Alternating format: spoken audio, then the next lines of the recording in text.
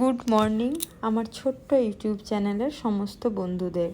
ব্লগটা শুরু করছি শনিবার থেকে।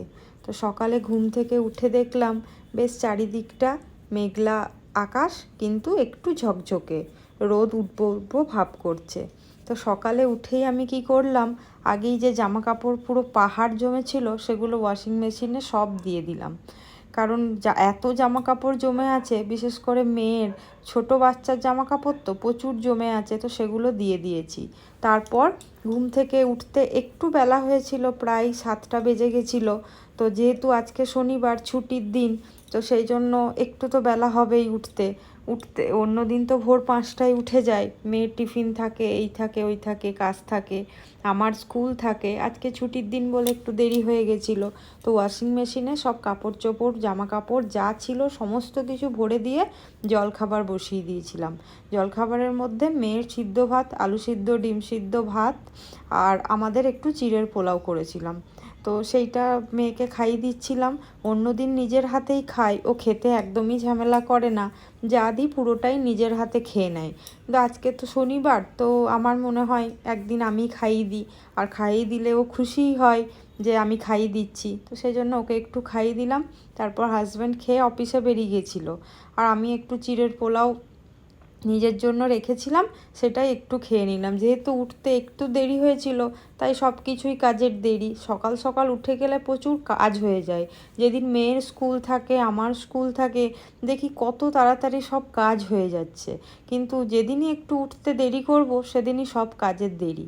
আর আমার আবার একটা খুব বাজে অভ্যেস আছে, যে আমি একদম বেলা হয়ে গেলে কাজ করতে আমার কিচ্ছু ভালো লাগে না। আমার সব কাজ মনে হয় আমি চান করতে যাওয়ার আগেই সেরে নিই, তারপর চান করে পুজো করে নিশ্চিন্তে বসে থাকবো। এই যে ব্লগ এডিটিং থাকে, আরও জামা কাপড় গোছানো, কত কি কাজ থাকে, সেগুলো করব। এই যে ব্লগটা শ্যুট করছি, সেই সময় মেয়ে মাঝে মাঝেই এসে ওরকম মজা করছে। এদিকে কাজের মেয়ে পুরো বাসন মেজে দিয়ে চলে গেছে, ঘর ঝাড় দিয়ে পুছে চলে গেছে। তো এবার রান্নাঘরটা একে একে পরিষ্কার করব, বাসনগুলো সব বাসনের জায়গায় রাখবো। তারপর আস্তে আস্তে রোজকার চিন্তা ভাবনা, যে কি রান্না করব আর কি খাবো। এই তো এক সকালে ঘুম থেকে, মানে আমি তাই মাঝে মাঝে অবাক হয়ে যাই, যে যতক্ষণ আমাদের চোখ বন্ধ থাকে ততক্ষণই আমরা কি খাবো চিন্তা করি না। যেই চোখ খুলবো, ও সেই মানে কি খাবো আর কি খাবো। তো যাই হোক, আজকে ঠিক করেছিলাম রান্না করব ডিমের ঝোল, পটল ভাজা আর ভাত। কারণ হাজব্যান্ড তো সেই বললো আমি সন্ধেবেলায় আসবো, এসে আর কিছু ভাত তো আর সন্ধেবেলায় খাবে না, ও একবারে রাতে খাবে। তার এই ওয়েদারে রাত্রেবেলায় ভাতও খেতে চাইছে না। তো যাই হোক, আমাদের মা মেয়েরই ওই রকমই একটু রান্না করেছিলাম। তারপর জামা কাপড় যে প্রচুর কাচা হয়েছিল, সেই জামা কাপড়গুলো সব এক এক করে মিলে দিলাম। এত জামা কাপড় কাচা হয়েছিল যে মানে মিলতে মিলতে আমার হাত ব্যথা হয়ে যাচ্ছিল। আবার মাঝে মাঝে না ভয়ও লাগছিল মেঘটাকে দেখে, এই বুঝি বৃষ্টি নামবে, এই বুঝি বৃষ্টি নামবে। একবার করে রান্নাঘরে কাজ করছি, আর একবার করে দৌড়ে দৌড়ে আসছি জামা কাপড়গুলো যেন ভিজে না যায়। বাপরে, বহুত কষ্ট করে সমস্ত কিছু জামা কাপড় কাচা হয়েছে। তারপর এলাম এই রুমটা পরিষ্কার করার জন্য। হাজব্যান্ড অফিসে বেরিয়ে গেছে, জিনিসপত্রগুলো বিছানার উপর সব আছে।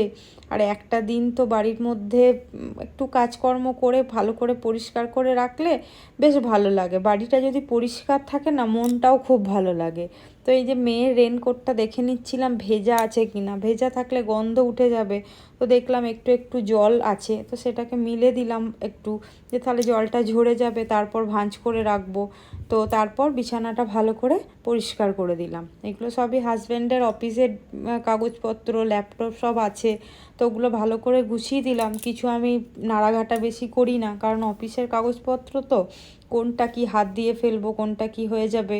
তাই ওগুলো সব বিছানার মধ্যে ঠিকঠাক একটু পরিষ্কার করে দিয়ে, মেয়ের গিটারটা একদিকে পড়েছিল, স্যার এসেছিল, ওটা একটু ঠিকঠাক করে রেখে দিয়ে তারপর আবার গেলাম বেডরুমটা পরিষ্কার করতে।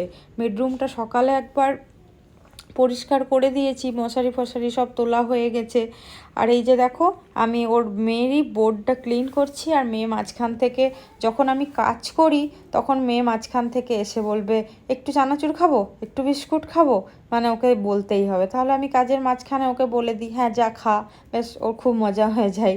এটা বাচ্চাদের ধর্ম আর কি। তো তারপর বেডরুমে চলে এলাম ক্লিন করার জন্য। আর আমি কিছু কাজ করতে দেখলে মেয়েও বলবে আমি সেই কাজ করব। তো ওকে একটাই কাজ দিই ছুটির দিনে, যে ওর যেখানে পড়াশোনা করে বসে সেই জায়গাটা ক্লিন করতে, আর যেখানে বই রাখে সেই জায়গাটা ক্লিন করতে।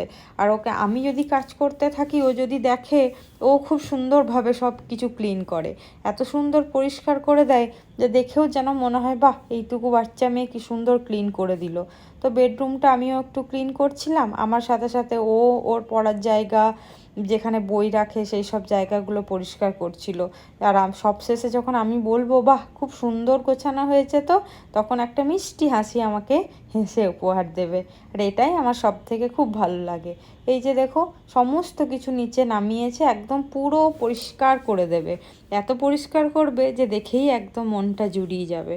তারপর আবার এই যে ওর বুক সেলফের ওপরটা, যেটা মেয়ে নাগাল পায় না, সেটা আমি একটু পুছে পরিষ্কার করে দিলাম। কারণ সোম থেকে শুক্র একদমই সময় হয় না, সকাল 8:30টায় বেরিয়ে যায়, বাড়ি ঢুকতে ঢুকতে প্রায় 2:30।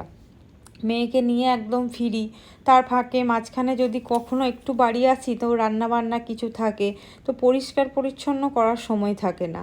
তো এই স্যাটারডে একটু সময় থাকে সব কিছু পরিষ্কার করে নেওয়ার জন্য, কারণ স্যাটারডে পরিষ্কার একটা দিন না করলে না দেখি পরের সপ্তাহতে প্রচুর ধুলো জমে গেছে। তো তারপর চলে গেলাম আবার কিচেনে। এবার রান্নার তো তোড়জোড় শুরু করতেই হবে, রান্না না করলে তো আর উপায় নেই, খেতেও হবে। তো সেই জন্য চালটা ধুয়ে তারপর বসিয়ে দিলাম ভাতের জন্য। আমি চালটা একটু বেশি বারবার করে একটু ধুয়ে নিই, কারণ আমার যতক্ষণ না চাল থেকে পরিষ্কার জল বেরোয় আমার ঠিক মনটা লাগে না। তো ডিমের ঝোল করব, সেই জন্য 3টে ডিম বের করে নিলাম। যদিও হাজব্যান্ড দুপুরে খাবে না, তবুও ঝোলটা করা থাকবে, রাত্রে যদি বলে ভাত খাবো তো ভাত হয়ে যাবে, আর তাছাড়া রুটি দিয়েও খাওয়া হয়ে যাবে। তো সেই জন্য ডিমটাও এইদিকে বসিয়ে দিলাম। তারপর ওই ডিমের ঝোল করব। তো ডিমের ঝোল করার জন্য যে জোগাড়গুলো লাগবে, পেঁয়াজ, রসুন, আদা, লঙ্কা, সেগুলো সব এক এক করে রেডি করে নিচ্ছিলাম। কারণ এক জায়গায় সব কিছু পেয়ে গেলে রান্নাটাও বেশ তাড়াতাড়ি হয়ে যায়। তো সব কিছু এক জায়গায় আমার হাতের কাছে করে নিলে না আমার বেশ রান্না করতে মনে হয় যেন 5 মিনিটে রান্নাটা হয়ে গেল। তারপর আলু কেটে নিলাম, একটু আলু সিদ্ধ করে না আমি ফ্রিজে সবসময় রেখে দিই। কারণ কি বলুন তো, হঠাৎ হয়তো হাজব্যান্ড রাত্রে আসবো বলেছে কিন্তু দুপুরে চলে এলো, তখন কি করি, তখন যদি ভাত খেতে না চাইলো, 2টো পরোটা, একটু আলুগুলো সেদ্ধ করা আছে ওগুলো একটু ভেজে দিলাম, বা আলুর পরোটা করে দিলাম, কিছু একটা করে তাড়াতাড়ি হয়ে যায়। সেজন্য একটু আলু সিদ্ধ করে আমি সবসময় রান্নার সাথে সাথে ফ্রিজে ভরে আমি রেখে দিই। তো তারই আলুটা কেটে নিচ্ছিলাম, আর এদিকে তো ডিম বসানো আছে, ভাত বসানো আছে, আর আরেকটা গ্যাসের মধ্যে কুকারে আলুটা বসিয়ে দেব। সকাল থেকে যাতে তাড়াতাড়ি রান্না হয়ে যায় সেই জন্য 3টে গ্যাসই ফটাফট চালিয়ে দিয়েছি। কারণ অন্য দিন একদম 8টা 8:30টার মধ্যে সব রান্না হয়ে যায়, তো স্যাটারডে একটু দেরি হয়, সেজন্য মনে হয় যত তাড়াতাড়ি সম্ভব রান্নাটা করে নিই। তারপর হাজব্যান্ড বলল অফিস বেরোনোর আগে একটু চা করে দাও, চা খাবো। তো সেই জন্য একটু দুধ চা করে দিলাম। জলখাবার খাওয়ার পর এমনিতে কফি খাই, কিন্তু কোনো দিন আবার চাও খেতে ইচ্ছা করে। আর চা তো আর একজনের জন্য দেখবে কখনোই করা হয় না, যখনই চা করা হয় একটু তো বেঁচে যাই, মানে ওটা ইচ্ছা করেই বেঁচে যায়, নিজে খাবো বলে আর কি। তো একটু আমার জন্য রেখে দিলাম। হাজব্যান্ডকে একটা চা আর একটা বেকারি বিস্কুট দিয়ে হাজব্যান্ডকে দিয়ে এলাম। ও চাটা খেয়ে অফিস বেরিয়ে যাবে। আকাশটা বেশ মেঘলা মেঘলাই হয়ে আছে, তাই বললাম যে দেখবে যদি কোথাও বৃষ্টি ফিষ্টি আসে তো যেন ভিজে না যাও, কারণ এই সময় না চারিদিকে খুব জ্বর সর্দি কাশি সবার হচ্ছে। তো যাই হোক, এরপর আবার স্নান করে নিলাম, সব কিছু রান্নাবান্না মোটামুটি করে নিয়ে তারপর ঠাকুরের বাসনগুলো ধুয়ে নিলাম। ঠাকুরের বাসনগুলো ধুয়ে নিয়ে পুজো সেরে নিয়ে আবার চলে এলাম কিচেনে। চলে এলাম এই কারণে, কারণ মেয়ে আবার বললো ভাতের সাথে একটু আলু ভাজা খাবো। তো সেই জন্য আলু ভাজা করার জন্য আবার কিচেনে এলাম, যে সিদ্ধ করা ছিল আলুগুলো, তো সেই জন্য ওইখান থেকেই 2টো আলু নিয়ে ওকে একটু ভেজে দিলাম। দেখলেন তো, ওই জন্য আমি বললাম না যে একটু আলু সিদ্ধ করে রাখলে খুব তাড়াতাড়ি হয়ে যায়, আলুটা ভাজতে গেলে আবার হয়তো দেরি হতো, কাটতে হতো। আর সিদ্ধ করা ছিল তো তার জন্য খুব তাড়াতাড়ি হয়ে গেল, ওর খেতে দিতেও ওকে দেরি হলো না। আলুটা ভেজে দিলাম, আর ডাল একটু করেছিলাম, তো সেই জন্য ডালটা একটু গরম করতে বসালাম, সকালেই করে রেখেছিলাম তো ঠান্ডা হয়ে গেছিলো। তো সেই জন্য ডালটা একটু গরম করে নিলাম, আর একটু আলু ভাজা, ডিমের ঝোল, পটল ভাজা বললো খাবো না।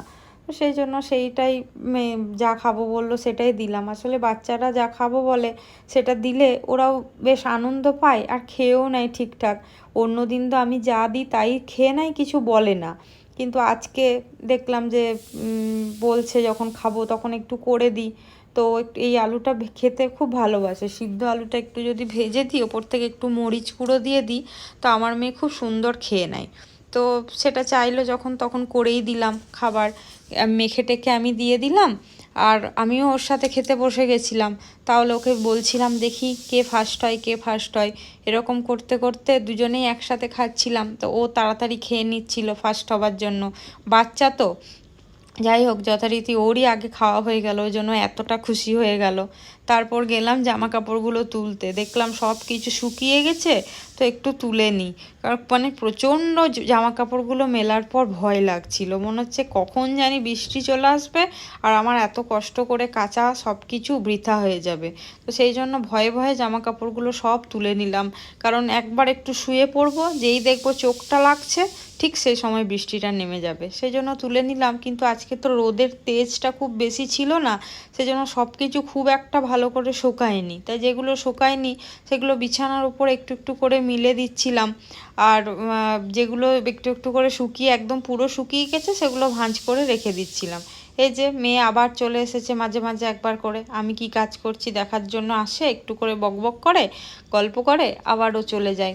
তো হাজব্যান্ডের গেঞ্জিগুলো মোটা মোটা, তো ওগুলো দেখলাম শুকায়নি, কিন্তু রোদটা তখনও দেখলাম ছিল। তো সেই জন্য দেখলাম শুতে তো এখনও একটু দেরি আছে, তো ওগুলো মিলে দিই। তারপর জামা কাপড়গুলো সব ভাঁজ করে নিয়ে মেয়ের জায়গায় মেয়ের জামা কাপড়গুলো সব রেখে দিলাম। তারপর আবার চলে এলাম কিচেনে, খাওয়া দাওয়া মিটে গেছে। খাওয়া দাওয়া করার পর তো এবার রান্নাঘর পরিষ্কার করতে হবে, সেটা হচ্ছে একটা বিশাল বড় কাজ। এই গ্যাস পরিষ্কার করা এটা মেয়েদের একটা বিশাল বড় কাজ। খেতে টাইম লাগে আমাদের 5 মিনিট, কিন্তু রান্নাঘর পরিষ্কার করতে, রান্না করতে, সব কিছু করতে সময় লাগে প্রচুর, মানে কি বলবো আর। তো এটা তো সব মেয়েরাই জানে, প্রত্যেককেই করতে হয়, কিন্তু আবার না করলেও নয়, রান্নাঘর নোংরা রাখলে তো একদমই দেখতে ভালো লাগে না, ওটাই তো আমাদের মেয়েদের মেন জায়গা। যাই হোক, সব কিছু করার পর রান্নাঘরটা একদম ঝকঝকে তকতকে ভালো করে পরিষ্কার করে নিলাম, গ্যাস পুছে নিলাম। তারপর চারিদিকটা পুছে নিয়ে একদম কাপড়টা কেচে রান্নাঘরের মধ্যেই আজকে মিলে দিলাম, কারণ বাইরে বৃষ্টি চলে আসছে, কাপড়টা শুকাবে না, দিয়ে গন্ধ উঠে যাবে। রান্নাঘরের কাপড় তো একটু না শুকালে ভালো লাগে না, সেই জন্য রান্নাঘরেই মিলে রেখে দিলাম। তারপর চলে গেলাম আমি আর মেয়ে শুতে, মেয়েকে একটু ঘুম পাড়িয়ে দিতে হবে, কারণ বিকালবেলায় ওর আবার ডান্সের ক্লাস আছে, ওর পাশে আমিও একটু শুয়ে পড়লাম। এইভাবেই আজকের দিনটি কাটলো। সবাই ভালো থাকবেন, সুস্থ থাকবেন। ব্লগটি ভালো লাগলে একটা অবশ্যই লাইক সাবস্ক্রাইব করে দেবেন। Tata, by.